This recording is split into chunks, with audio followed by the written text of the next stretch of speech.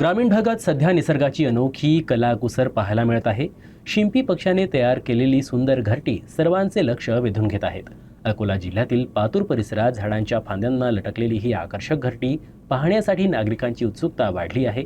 तसेच घरटे तयार करण्यासाठी शिंपी पक्ष्यांची सध्या मोठी लगबग सुरू आहे।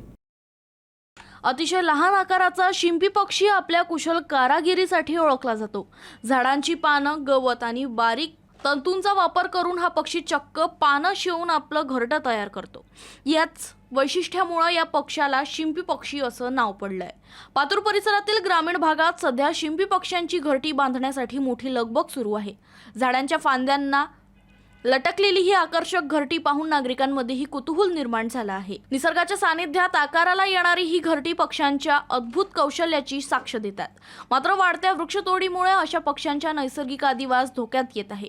त्यामुळे पक्ष्यांसोबतच त्यांचा आदिवास असलेल्या झाडांचंही संवर्धन करण्याची गरज आहे। पातूर परिसरात सध्या दिसणारी शिंपी पक्ष्यांची ही सुंदर घरटी निसर्गप्रेमींसाठी मनमोहक आणि सुखद दृश्य ठरत आहे।